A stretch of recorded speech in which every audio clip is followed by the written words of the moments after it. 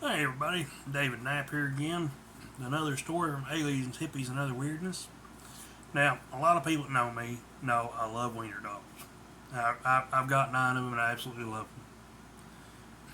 them. And this story was a lot of fun to write. This one it's cute.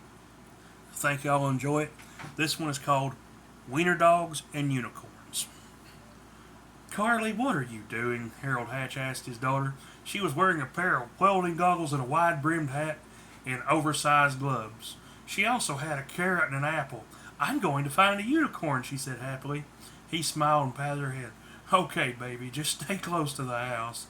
She smiled and hurried out the front door. On the porch lay 9 sleeping dachshunds. One in particular was a stocky specimen named Marcel. He was black and tan with a bit of gray around the muzzle. He raised his head and saw the young girl. Is it time for a walk? He thought as he rose. She looked at him and smiled. Marcel, do you know where the unicorn is? Unicorn, he thought quizzically. What's that? Is it tasty? Maybe it's a new word for treat.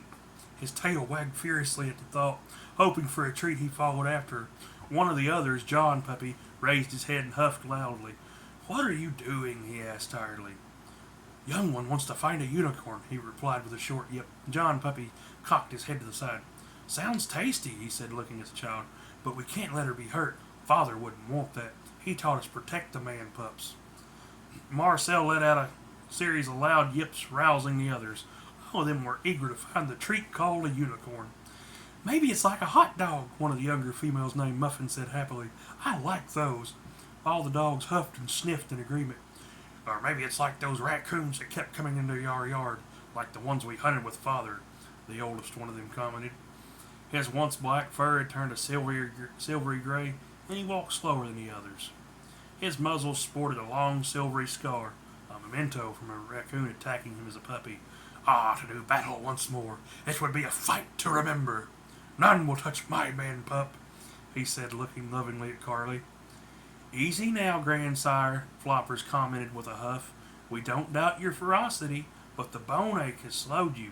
He growled and began to grumble. Carly picked him up and kissed him. It's okay, Ooters. We can get you an aspirin at Grammy's house, she said, kissing the elderly dog.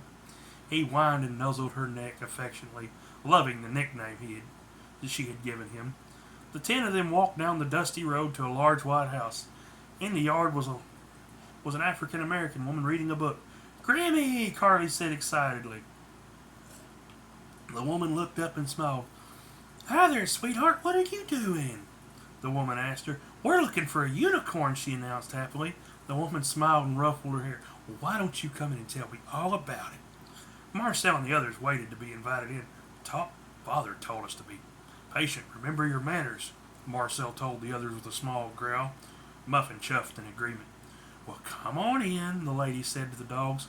All 9 of them hurried inside and sat politely near the kitchen counter while she filled several bowls of water for them. Now, tell me, how do you plan to find this unicorn? The woman asked Carly. She took a couple of aspirin and wrapped them in cheese for Evan. He was grateful for the relief in his arthritis. As the human talked, all the dogs trotted outside. Do you think the horned one would know where to find a unicorn? A dappled dachshund named Gumbo asked the others. Father said he knew the woods better than others, and he would know where to find one. The others whined and shuddered. The woodwalker called him a Wendigo, and he says we should stay away from him, Muffin replied with a short yip. The other 9 sat there discussing how to find a unicorn for some time. Finally, Carly came out and whistled. All 9 of the small dogs ran to her side. For the rest of the day, they prowled the nearby woods and yard, all the while her mother, the shape-changing scaled woman, watched over them. Her massive scaled body glittered in the sun. All the dogs were a bit afraid of her, but it was only natural seeing as she was a dragon. But she had adopted them as her pups and watched over them equally. Then there was the fuzzy-tailed cat girl. Marcel liked her the most. She was kind and gentle, but her spirit had been broken, and her bright eyes were often dull and full of pain. People with a broken spirit need someone to care for them, and a good dog. And you are a very good dog, Father had told him once. Thinking of Father hurt. It had been a long time since Father had left them. They had a good life with the new family. but no one could take Father's place. He often considered looking for him, but he had a duty to take care of the man pup. Where should we go now? Carly asked him. The Wendigo does not like intruders. The oldest female, a black and white dachshund named Mipsy Doodle, said with a low bark. We should stay away from it. Maybe Silverhorn knows. The 10 of them meandered back home after playing in the woods and yard all day. That evening, Carly animatedly recounted her adventures. We went to see Grammy, but we didn't find a unicorn. Marcel and the others lay on the floor with her until the shape-changing scale woman carried her to bed. Thank you all for taking care of her today, she told them with her mind. Before bed, the 9 of them went into the yard. His father taught them it was best to relieve themselves before sleeping. Marcel and Evan were the last 2 to go back in. As they paused by the doggy door, a large silvery creature with a single jutting horn trotted out of the woods. Marcel, Lord Evan, it said with a low nicker. The 2 stopped and wagged their tails happily. Silverhorn, they said with a pair of yips. The creature trotted over and sniffed them both. Greetings, guardians. I take it today has treated you well. The 2 dogs wagged their tails. The 3 of them talked for several minutes. Silverhorn was amused when they told him about their search. If it is not an imposition, would you please go get the young one, for your search is over, it said, shaking its majestic head. For I am a unicorn. Marcel and Evan looked at him dumbfounded. Marcel hurried inside and bumped into the fuzzy-eared cattail girl. She had long white hair, and her bright eyes sparkled in delight. Susu! She cried delightedly. Keita was fond of calling him Marsus or Susu. She picked him up and happily nuzzled him. Marcel happily whimpered and licked her in greeting, allowing her to pet him. Judging by the snoring from upstairs, the man pup was already sleeping, and he did not want to wake her. That would be rude. Instead, he had an idea. Once Keita put him back on the ground, he began running in a circle and yipping softly. Fuzzy Ears, you need to come with me, he told her. She looked down at him smiling. Is something wrong? He ran to the door, then back to her. She took the hen and followed him. She stepped outside and gasped. Silverhorn saw her and let out a low whinny. This is not a man pup. She is a starborn, and she is broken. He looked at the dogs, then at Keita. I see, so it is her sorrow that called out to me. The unicorn stepped forward and sniffed the girl. She shuddered, and he nudged her apron pocket. She giggled and pulled out a stick of peppermint candy. Oh, do you want some candy? She asked, extending the candy. Silverhorn eagerly yet gently took it. Keita tentatively touched his forehead. Silverhorn stiffened as memories of what she had endured flared through his mind. The girl stroking him was deeply broken. Sorrow welled in his heart for her. Did you 2 know how broken she is? He asked him. It was Evan who answered with a growl. Yes, and it is because of that we work diligently every day to mend her soul. She is kind, and we eagerly await the day we can sink our teeth into her tormentors.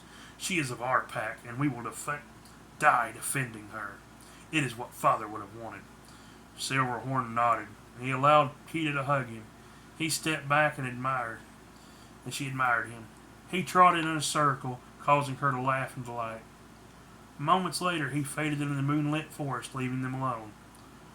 Keita picked up the 2 small dogs. It's been a long day, and I need extra cuddles tonight, she said softly to them.